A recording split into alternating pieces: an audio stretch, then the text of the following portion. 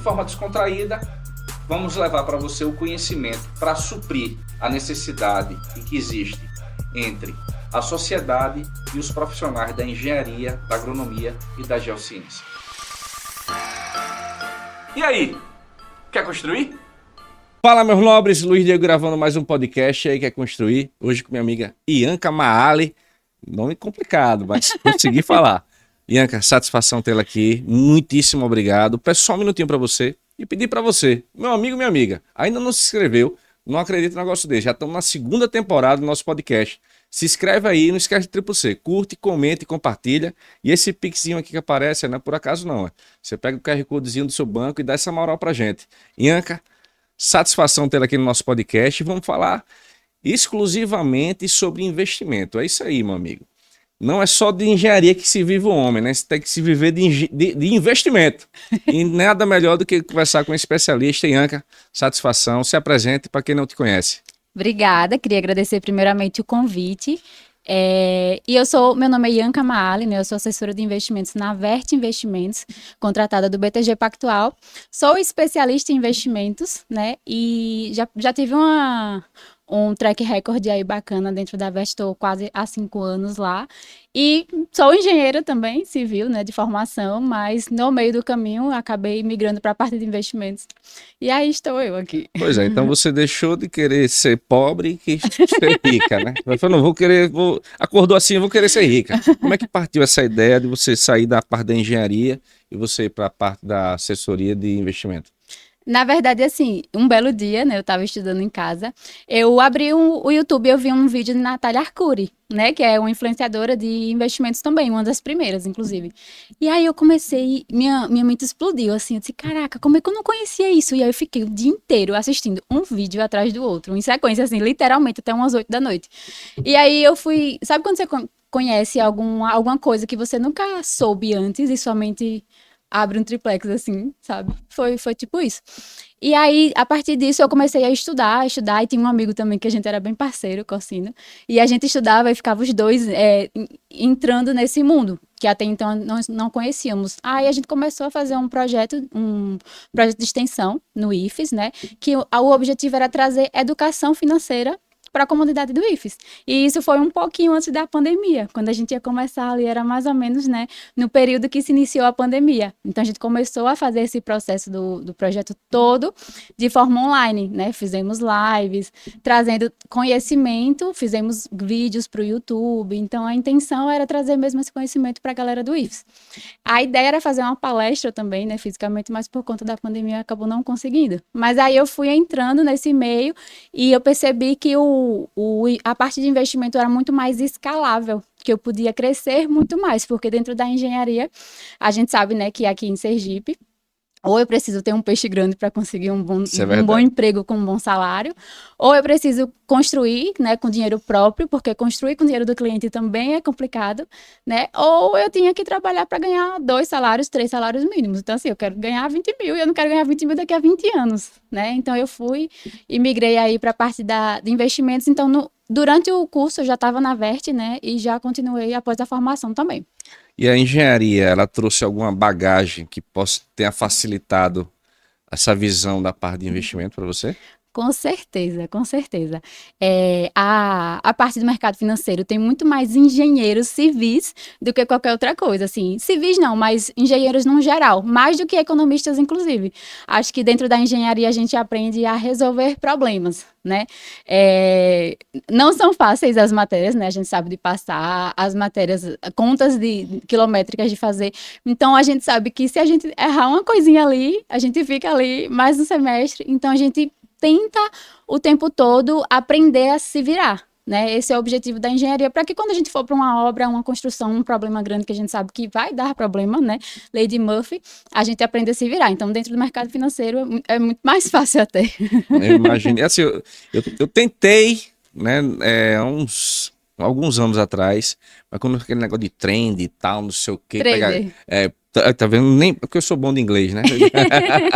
E aí, a dificuldade daqueles gráficos ali, não entendia nada, e mercado, e você tem que estar atenado a tudo que é movimentação, que em um minuto você está rico, no outro minuto você está pobre. Então você tem que estudar bastante para poder você pegar essas técnicas. Vocês lá na Vert, né? Verte. Na Vert, vocês fazem essa consultoria para o pessoal que trabalha com dinheiro do investidor, ou vocês também fazem treinamento para quem queira ser um microinvestidor, né? Nem todo mundo tem tanto dinheiro para poder sair investindo. Como é que Sim. conta isso pra gente? Na Verte, a gente presta, né, justamente essa assessoria de investimentos. Então, o cliente vai lá, né, a gente consegue abrir conta a partir de 100 mil e a gente vai te assessorar da melhor maneira possível dentro do seu perfil de investidor, né? Então, é uma estratégia baseada nas suas necessidades, né, e no seu perfil. Porque não adianta eu colocar uma coisa de renda variável se você é uma pessoa conservadora. Então, tem que estar alinhado ao seu perfil, ao seu ambiente, porque cada pessoa é um mundo, né? Então, a gente vai, o objetivo é acompanhar o cliente, né, por toda a vida e trazer todo tipo de solução financeira que ele vier precisar a ter. Então, esse é o nosso objetivo como empresa, é te ajudar em todas as decisões financeiras, basicamente, mas sempre recalculando a rota quando for necessário. Então, a gente tem essa parte da assessoria, mas quando o cliente precisa também de uma mentoria, a gente também faz cursos de vez em quando, eventualmente fazemos palestras, né, tanto interna lá na Vert como externa. Sempre estamos fazendo eventos também abertos ao público. Essa semana até, inclusive, estamos com uma exposição de arte, né? Prioritariamente de artistas sergipanos. Então, até convido você para conhecer o escritório. Maravilha, tô aí. Só não tenho 100 mil para poder investir, mas tô aí. Mas a gente conversa. Então, vamos lá, Ianca. O que é que leva assim, né, pro cara... Não tá nem no nosso roteiro aqui, mas eu gosto de... Você vai falando, vai surgindo aqui. Por exemplo, né? Eu sou um cara que sou conservador. Então, quando eu faço investimento, eu faço aqueles que vem do banco mesmo, que você tem um pouco a mais do que a poupança, tal. O risco, vamos falar sério aqui, porque a gente sabe como é que é o mercado, né?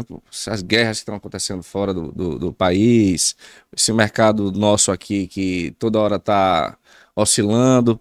Como é que funciona isso? Assim, qual o grau do risco para quem está investindo hoje? Hoje, tô falando com você.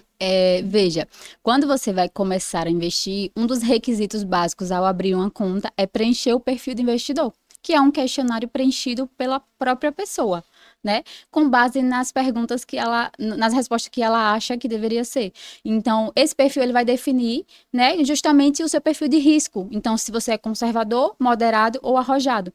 O conservador é aquela pessoa que odeia perder, né? Ela prefere ganhar menos, mas ganhar consistente.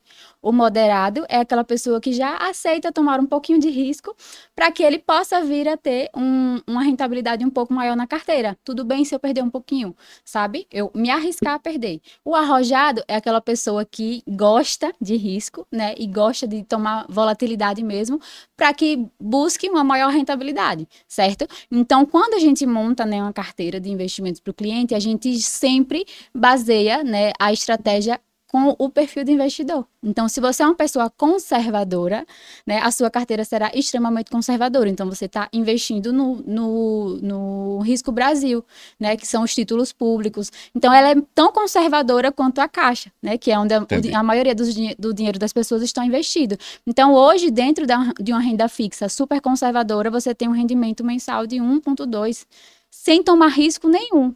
Sem tomar risco nenhum, garantido pelo FGC, que é um fundo garantidor de crédito, enquanto que a poupança rende 0,5 ao mês, entendeu? Uhum. Com o mesmo risco, às vezes com liquidez diária, que você consegue resgatar o dinheiro no mesmo dia. E diferente da poupança, né, ela só rende no aniversário. Então, se eu apliquei um dinheiro no dia 1º, né, ela vai precisar chegar ao último dia do mês e ela vai calcular o meu rendimento. Se eu tirar esse dinheiro na poupança no dia 29 do mês, ela não rendeu nada. Diferente dos investimentos que a gente aplica, né? Ele vai rendendo, acruando o investimento todos os dias na cota. Então, mesmo que eu precise tirar ali no dia 20, 21, não importa, esses dias já ficaram investidos, entendeu? Então, tem investimentos que você consegue alongar o prazo, mesmo sendo conservador, e tem investimentos que você consegue ter essa liquidez, porque algumas pessoas precisam, né, dessa liquidez para se sentir mais segura. Entendi. E você consegue correlacionar, enxergar algum paralelo entre construir um prédio e construir um mercado financeiro, construir um patrimônio financeiro? Com certeza, com certeza. Lá na Vert a gente tem uma escadinha de 4 degraus, né, que a gente costuma explicar para o cliente, e a base de tudo é o nosso trabalho, né? A gente explica que a base é o trabalho para que a gente possa acumular patrimônio e depois obter as nossas conquistas. E aí, depois do trabalho, a gente tem um degrau que é o degrau da proteção, né? Então, a gente fala muito que a acumulação ela não existe sem a proteção.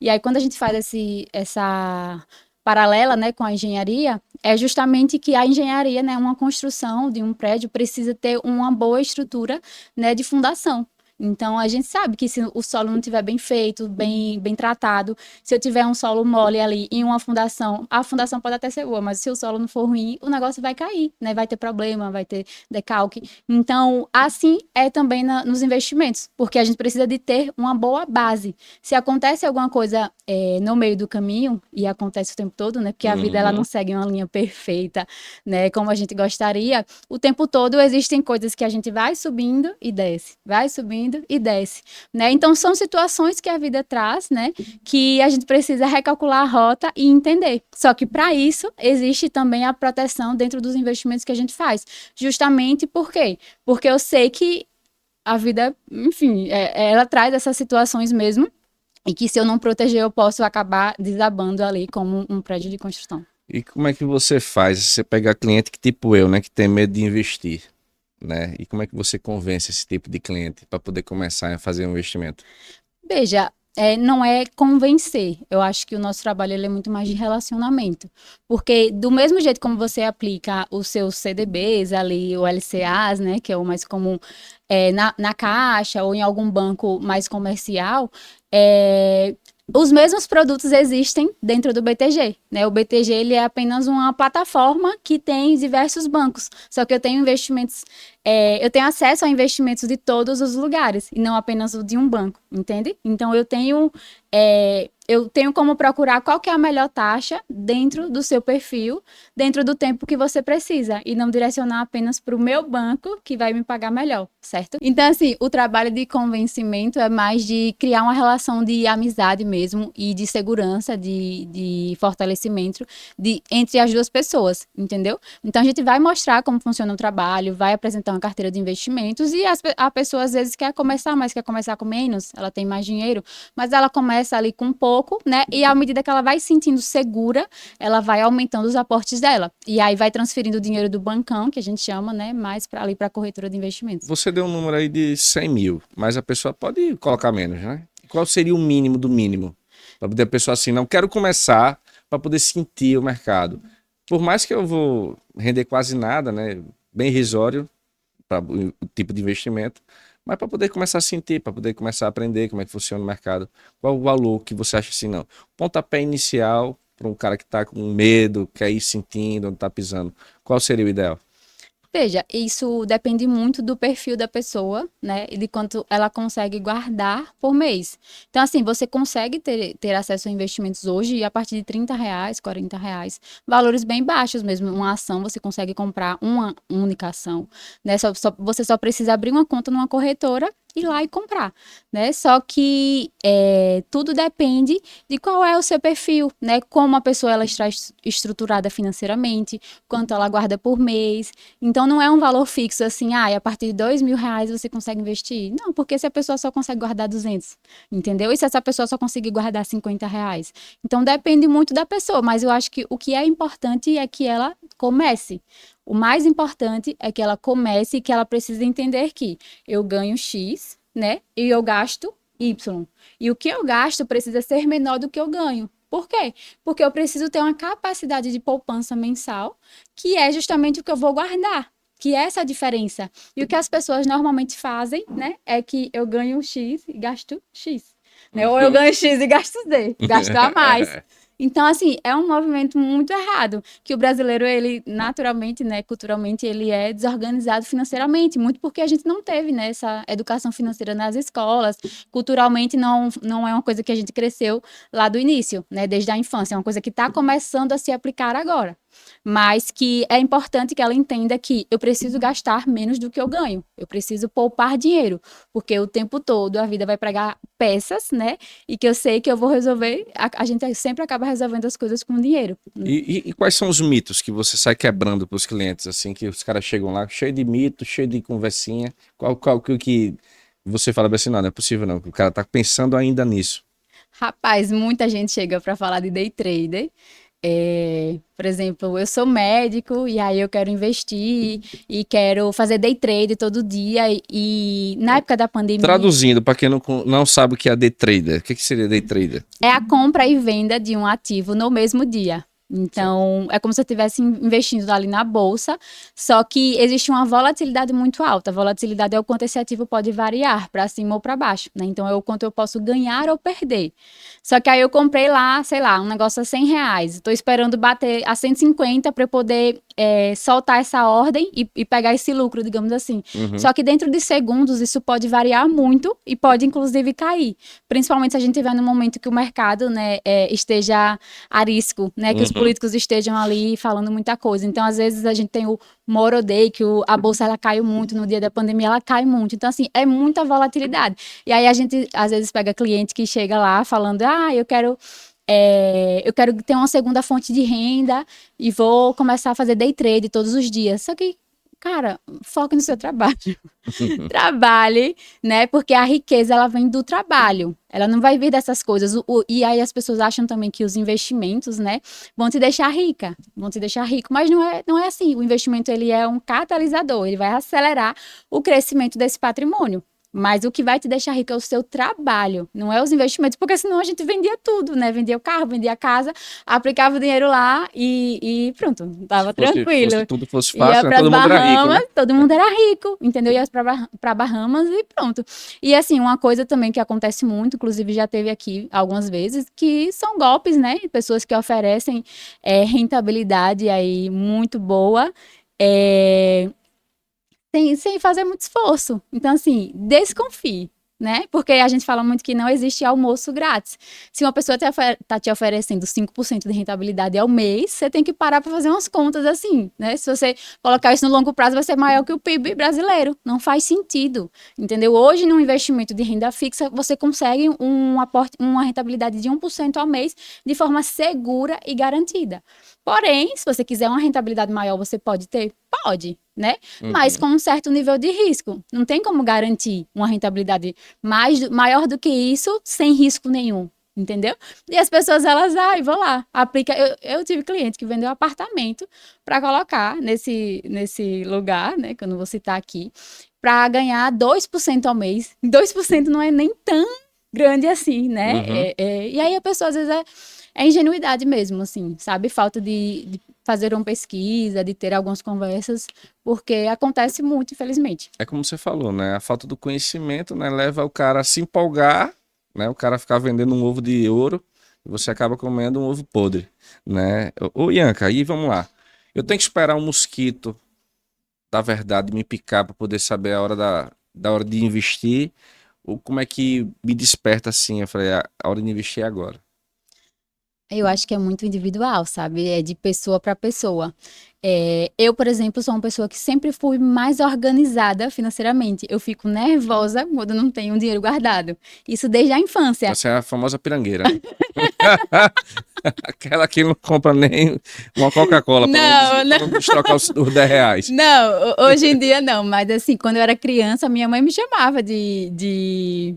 Esqueci a palavra que ela usava. Mão de vaca. Era algo nesse sentido, né? Porque eu não gostava de gastar. Porque eu queria ter dinheiro guardado, eu queria juntar para alcançar os meus objetivos. Só que assim, do mesmo jeito que eu tive esse primeiro contato com os investimentos e explodiu a minha cabeça, eu sei que a maioria das pessoas não tem esse contato. Então, nunca passou pela cabeça dela que ela precisa juntar dinheiro. Porque o que ela vê ao redor, né, no ambiente que ela se encontra, todo mundo... vendendo almoço para pagar a janta, né? Recebendo ali o que ganha, gastando, se endividando. Então, assim, às vezes é falta de reflexão mesmo, ou de... Nunca tive acesso a uma pessoa que conversasse isso comigo, sabe? Então, às vezes a pessoa... Só que hoje em dia a gente tem muita questão de influenciadores, né? Do mercado financeiro. Muitas pessoas que disseminam conteúdo. Então, hoje é mais fácil para a pessoa entender que ela pode investir, que ela pode começar com pouco, porque antes isso era muito voltado para o público private, né, ali, clientes muito grandes. Então, eu acho que é muito da mentalidade da pessoa, porque mesmo ela não tendo dinheiro, mesmo ela sendo mais humilde, ela consegue entender que ela precisa ter uma organização financeira para que ela possa guardar dinheiro, entendeu? Porque hoje a gente trabalha né? A gente se forma, a gente estuda uma vida inteira, desde a escola. A gente entra numa faculdade, se forma em uma profissão para ganhar dinheiro. Todos os meses da nossa vida, durante a nossa vida inteira, a gente vai trabalhar até a aposentadoria, né? Quem sabe? Ou alguns até a morte. E por falta de 40% vai para o organização. governo. Exato. A E parte de pra ganhar investimento dinheiro. também, quando você vai retirar, você também paga também. Paga imposto. Como é que funciona? A mesma alíquota que... Depende do tipo de investimento. Se for um investimento de renda fixa, existe uma alíquota regressiva, que começa com 22,5%, quando você deixa até 6 meses, né? Aí depois ela vai caindo e depois de 2 anos, ela fica em 15%, certo? Quando você compra uma ação, você paga 15% de imposto em cima do rendimento, do lucro. Hoje você trabalha para uma empresa, né? Mas você é uma assessora de investimentos. Caso eu queira te contratar, eu consigo ou só através da sua empresa? E qual é o conselho que você dá para uma pessoa que está iniciando, ou até mesmo para aquele que já está já no mercado, uma assessoria, contratar uma assessoria na parte de investimento? Eu sou sócia, né, da Verte. Eu posso, se eu quiser um dia, né, sair da sociedade e entrar num outro escritório. Mas quando a gente faz um trabalho particular, não tem problema. Seria mais uma questão de voltado para uma mentoria, sabe, individual. A importância de ter um assessor de investimentos é tão importante quanto você ter um médico especialista em alguma área, sabe? A gente... é como na internet existem hoje muitos, como se diz, muitas falcatruas, né? Muitas pessoas que estão ali para enganar, e aí eles vendem curso, né? Ludibriam a pessoa, dão golpes, e isso hoje é muito comum. As pessoas, elas querem aprender, fazer curso para poder aprender a investir e investir sozinha. Só que, cara, se você é um engenheiro, certo? Você trabalha todos os dias como um engenheiro. E aí, se você estudar todos os dias 1 hora de relógio de investimentos e for começar a fazer isso sozinho, você vai fazer melhor do que uma pessoa que está ali o dia todo fazendo isso? É a mesma coisa que se eu sou engenheira civil também, mas eu trabalho no mercado financeiro. Se eu começar a estudar 2 horas por dia de medicina, né, e for fazer uma cirurgia daqui a 2 anos, eu vou fazer melhor que uma pessoa que é médico formado? Não vou. Entendeu? Então, o brasileiro, ele não gosta de pagar por serviço. Ele gosta de pagar por produto. Então, ele despreza, né, esse conhecimento. É uma pessoa que vai te ajudar a calcular a sua rota financeira muito melhor, sabe? Não é só investir o seu dinheiro, é te trazer soluções financeiras. Às vezes a gente pega o imposto de renda do cliente, que está todo bagunçado, às vezes ele poderia estar tendo restituição ali, trazer um dinheiro de volta, sabe? Às vezes é uma coisinha assim que a gente faz, que ele economiza um dinheirão no ano. Então é só falta do conhecimento, só que as pessoas não valorizam esse conhecimento. Aí acaba que fica muito mais para quem tem mais grana, sabe? Maravilha. Não sabia não que você era uma das sócias, já tô com a pessoa certa aqui, é a hora do patrocínio. A hora do patrocínio, você pode botar o seu nome aqui depois em breve. Quem sabe a Verte vai entrar aqui, né? Amém. Peço só um segundinho, agradecer aqui nossos patrocinadores, a DBA, Engenharia Civil, Segurança do Trabalho e Educação. Barbearia Marcelo Honório, barba e cabelo masculino. EPA, Educação Profissional Aliança. Geobras, Serviços Geológicos, Mineração e Meio Ambiente. Engecom, Construções Residenciais Populares. Agradeço, em breve vai vir aqui a Verte, com fé em Deus, vai entrar aqui também. Tem alguns colegas que estão para poder entrar aqui na parte de patrocínio. Estou aguardando aqui os amigos, né? Vamos lembrar, pessoal. Vamos lembrar dessa força que aqui a gente sabe que só faz gastar, né? Sim. E a gente leva o conhecimento pessoal e a gente fala assim: pega esse pixinho que tá aqui até agora. E você não fez ainda, não tô acreditando. Dá essa moralzinha pra gente aí, Faz um pixinho, abre o banco aí, Em vez de investir agora, em vez de investir, você abre o QR Codezinho do banco e bota essa moral pra gente aí. Abre do Banco BTG. Olha. Já tá no mexão aqui, viu? Vamos lá. E qual a principal diferença entre investir sozinho e contratar uma assessoria? Você deu uma pincelada aí, mas vamos desmiuçar um pouco mais esse assunto. Acho que investir sozinho, você está entrando num mundo novo. Não é impossível, né? Uma pessoa começar do zero e aprender e ficar muito melhor do que um profissional da área. Mas você tem que calcular qual o valor da sua hora, sabe? Eu ganho mais dinheiro onde, né? Aplicando na minha profissão o meu conhecimento ou começando a aprender uma coisa do zero para eu poder não terceirizar isso. E a parte de você ter uma assessoria, né, individualizada é você justamente economizar esse tempo, né? É você confiar o seu dinheiro, né, a sua estratégia ali, em uma pessoa que você tem confiança e que entender que ela vai fazer o melhor por você nessa caminhada. É como quando você vai a um médico, né? Você confia lá a sua vida, você fala suas dores e ele vai te passar um remédio e você espera melhorar. Entendeu? Então é justamente de você ter esse entendimento, né? Onde é que eu ganho mais dinheiro? Agora, se a pessoa tem tempo e quer aprender, vai em frente. Acho que todo mundo tem acesso ao conhecimento. Então, isso leva aos erros, né?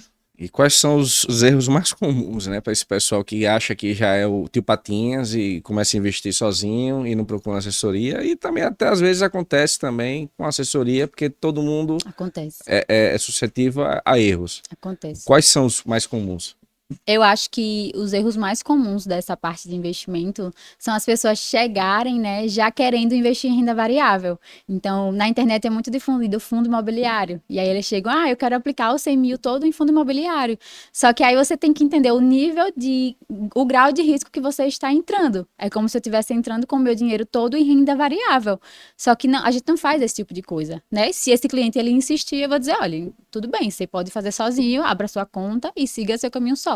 Por quê? Porque eu entendo, de novo, qual que é o perfil do investidor, né, desse cliente, vou entender se ele é uma pessoa, mesmo que ele seja de renda variável, né, que é aquela pessoa mais arrojada, eu vou traçar uma estratégia em que ele tenha várias caixinhas dentro da carteira de investimentos dele. Tem uma parte em renda fixa, né, uma parte em fundos multimercado e tem uma parte de renda variável. Só que eu não começo com 100% da alocação em renda variável. Eu digo, vamos sentindo aos poucos, né? À medida que você for sentindo, aí beleza, você vai aumentando a sua alocação.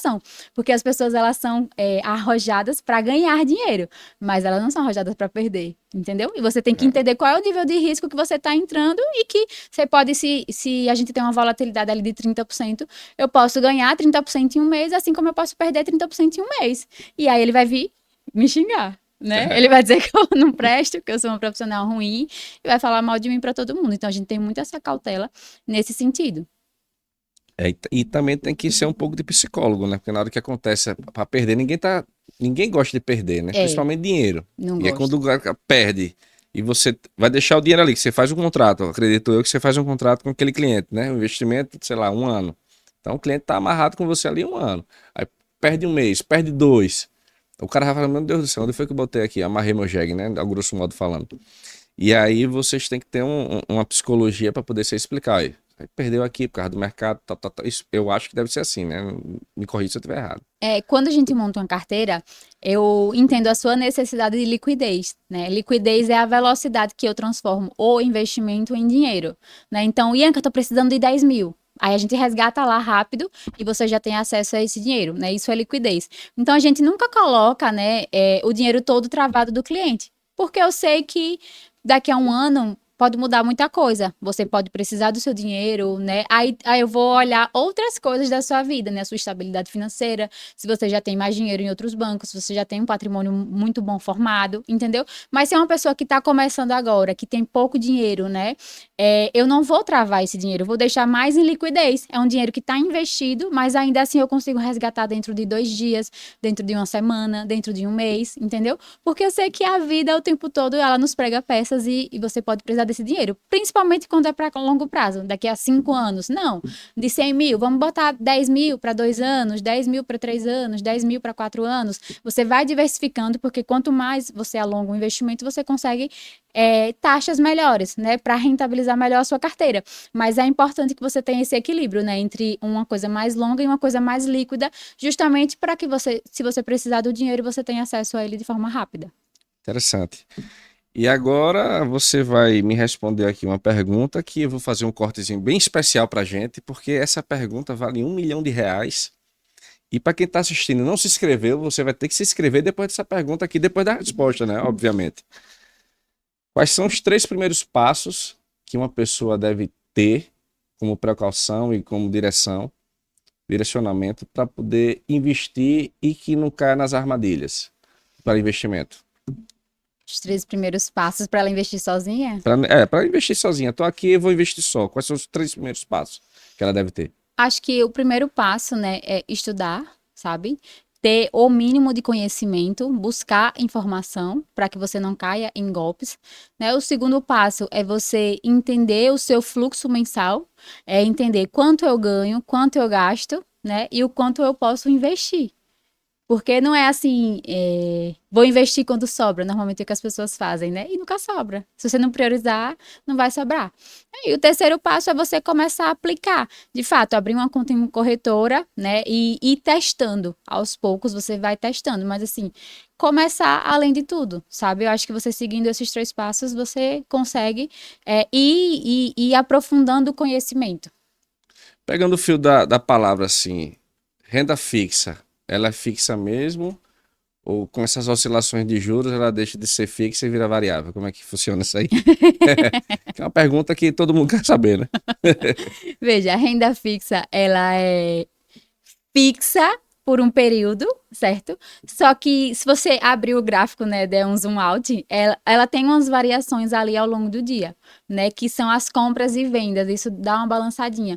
Então, hoje a gente tem uma Selic a 14,25. Isso significa que se eu aplicar o meu dinheiro todo em renda fixa, né, eu estou investindo, ganhando 14,25 ao ano, sem fazer esforço e sem ter trabalho, sem correr risco. Eu vou apertar um botão, aplicar meu dinheiro e ele vai ficar lá preso por um ano, não necessariamente, pode ser menos também, certo? Só que ao mês ele vai me rentabilizar ali um e pouquinho, certo?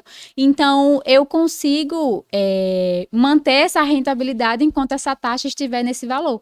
Só que a cada 45 dias existe uma reunião do Copom, né, que é o Conselho Monetário, que vai definir as taxas, vai definir qual que é o valor da Selic, se ela vai subir ou se ela vai cair. Por exemplo, na próxima reunião do Copom, a previsão é que suba mais 50 bips.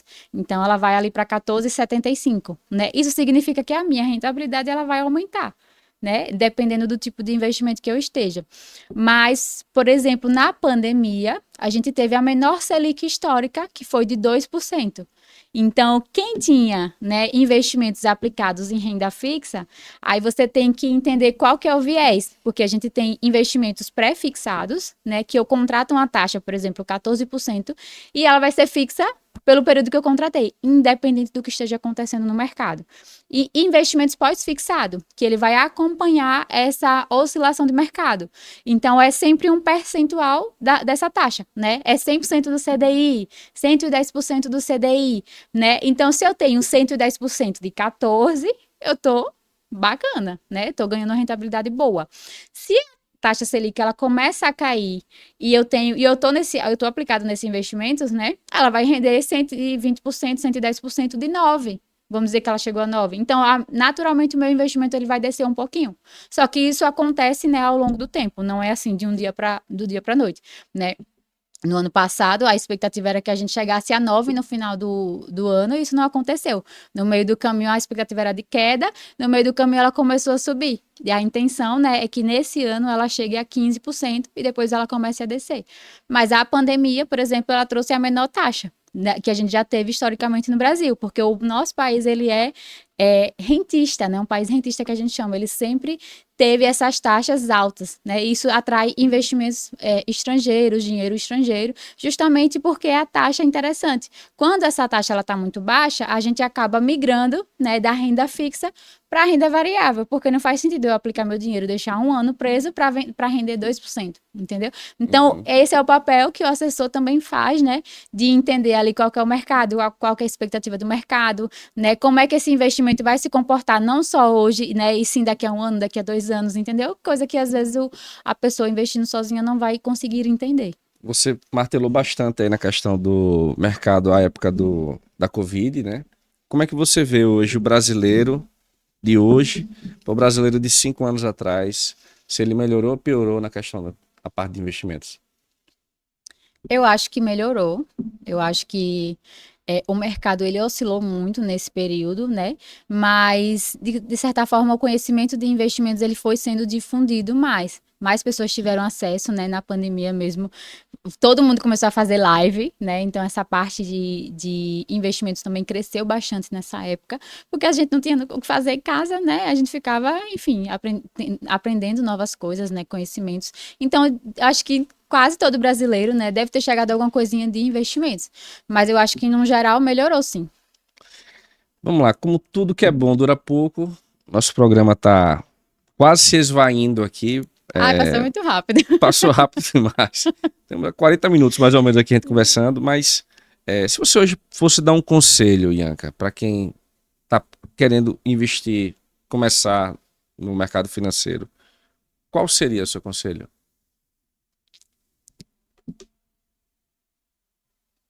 Meu conselho. Acho que estude e trabalhe, independente dos outros, sabe? Faça isso por você, porque eu já passei por muita coisa assim na minha vida e eu, né, pedalava e sentia que as coisas não estavam fluindo, mas eu nunca desisti.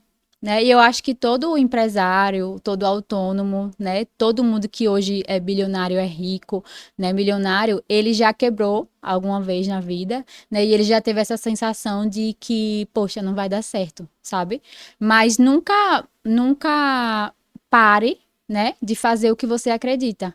Continue fazendo. Continue fazendo por você, trabalhe por você, né, e busque, né, seja obcecado pelos seus números e pela sua vida, né? Reflita, o que é que eu estou fazendo, como é que eu posso melhorar isso, né? Como é que eu posso melhorar os meus resultados? Porque às vezes a gente só vai vivendo, fazendo o básico, dando o mínimo, né? E acha que a gente vai conseguir alcançar alguma coisa. A gente não sabe que não é assim. A gente precisa performar dentro da nossa profissão e dentro da nossa vida pessoal, né? Então eu sempre busco evolução e conhecimento e não desistir, apesar de todos os percalços da vida, porque uma hora chega e eu acho que toda pessoa tem isso para tem esse testemunho para trazer ao longo da vida, né? Ao longo da sua história. E você, enquanto era estagiária da engenharia, não está nem na pauta aqui, mas vamos falar aqui sobre engenharia para poder. Nosso programa é de engenharia, eu trouxe a parte de investimento, mas vamos falar aqui, entrar um pouquinho aqui.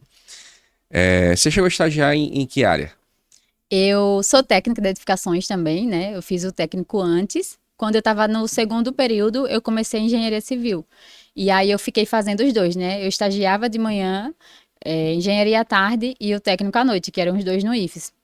O meu primeiro estágio foi em um escritório de projetos, como técnica de edificações, né? Eu comecei a fazer mesmo planta baixa, layout, fazia até uns projetinhos de estrutura, mas era mais para a parte do CAD mesmo. E aí depois eu fui estagiar numa obra que era na Barra, numa construção de 16 torres. E aí eu aprendi muito também, tive muito conhecimento. Foi um momento em que eu cresci muito na parte profissional da engenharia, porque era a engenharia, né, nua e crua ali, era bem legal. E depois disso, eu fui estagiar num escritório de projetos também. E esse escritório de projetos, eu não desejaria a ninguém esse estágio. Eu já tive um emprego também que eu passo por ele e eu me benzo.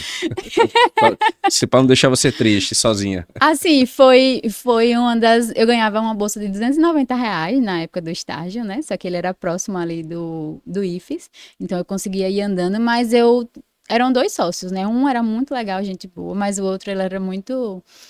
Enfim, deselegante, Eu já sabe? tive desse tipo aí também. E aí, mas assim, foi uma experiência que eu acho que toda experiência é válida.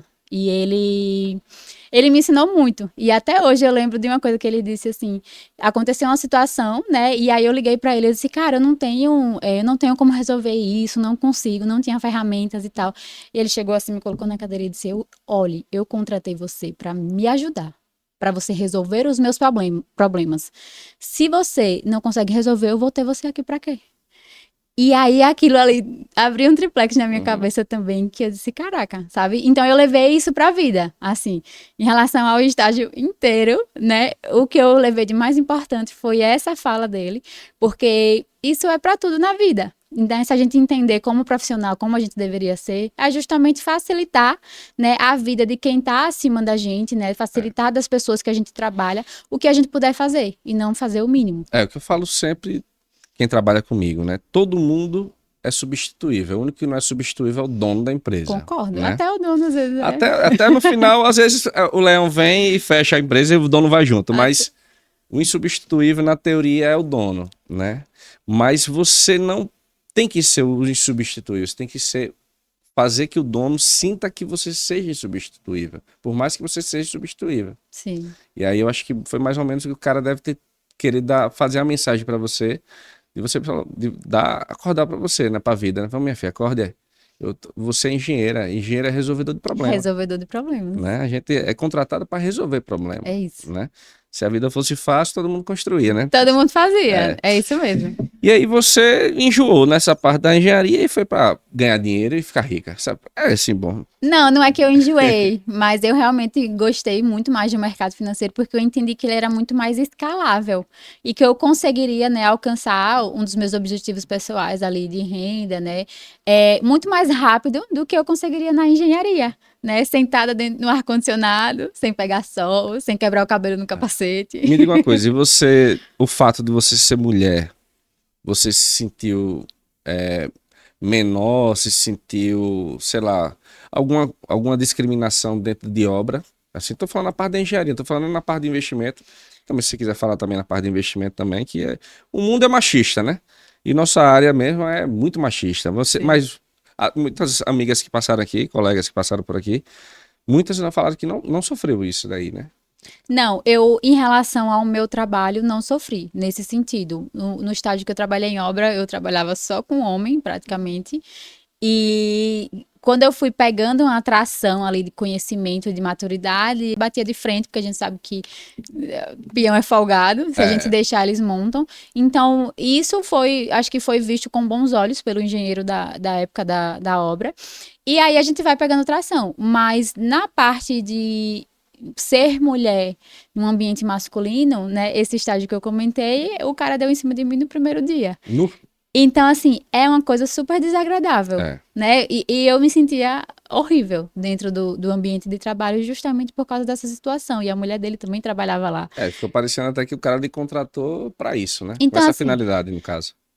Então, assim, eu me sentia muito diminuída dentro do ambiente de trabalho e você se sente um lixo, assim. O cara dá em cima, sabe? Depois ele é escroto sem necessidade. Então, acontece muito isso. Na parte do mercado financeiro, eu acho que não. Mas por ser mulher, né? Às vezes tem uma cara mais de menina, de jovem. Eu acabo sentindo essa necessidade de ser mais formal.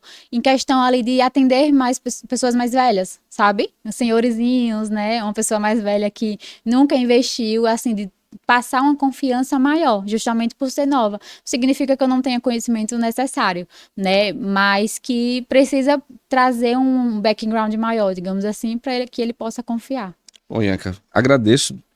Eu acho que o pessoal aí adorou aqui esse bate-papo, porque eu trago pra gente aqui tudo que envolve o engenheiro, né? Como você falou, essa parte de investimento que tem mais é engenheiro lá investindo. Sim. Agradeço, já deixo o convite aqui para a segunda, a gente pode fazer um segundo diferente, a gente pode pegar você, Ianca também dá palestra, quem quiser contratar a Ianca para poder ministrar alguma palestra também, ela faz. Deixa seu arroba, Ianca, para o pessoal seguir você.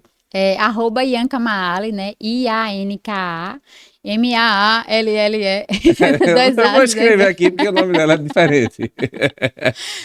Então, e aí quem quiser contratar a Ianca para poder ministrar curso, e a gente pode fazer o segundo, a gente tá para poder modificar algumas coisas aqui no estúdio, e a gente pode fazer tipo uma mini palestra sua, uma segunda vez aí, a gente, tipo, o programa ser seu inteiro, você como se estivesse numa plateia de 1.000 pessoas, para poder, apesar que a internet ela é para milhões, né? Não é para 1.000, né, só, né? É para milhões, né? Fica aberta para todo mundo.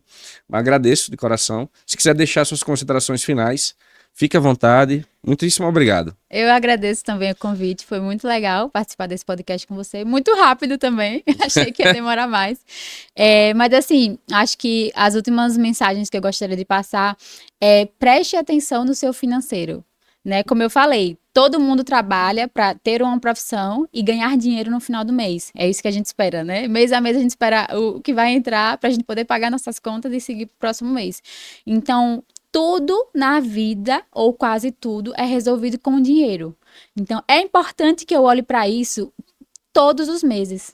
Todos os meses eu faço esse acompanhamento de cortar o que não precisa, né, de manter o que precisa e entender qual que é o meu fluxo de caixa, porque eu preciso gerar sempre uma capacidade mensal de poupança. Entendeu? Assim como na engenharia, qual que é o objetivo? Né? É a gente construir para gerar um lucro no final. Então, é importantíssimo o trabalho do orçamento em cima disso, só que a gente sabe que os preços mudam no meio do caminho, né? Então, é importante que o engenheiro, ele sempre avalie ali o fluxo de caixa da obra, né? Por quê? Porque se não sobrar dinheiro no final, qual foi o objetivo daquela obra? Nenhum. É trocar 6 por meia dúzia. Entendeu? É só perda de tempo. Então, a gente tem que... Acho que o brasileiro falta isso um pouco, sabe? De prestar atenção no financeiro dele. É sentar todo mês, assim, uma dica que eu dou sempre aos meus clientes.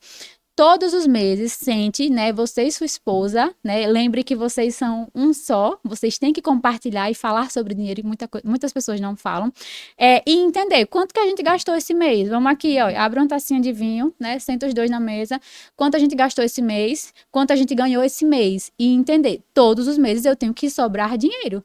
E tá, tudo bem, vão ter meses que eu não vou conseguir, porque a vida, ela faz isso, mas a maioria dos meses eu preciso sobrar dinheiro.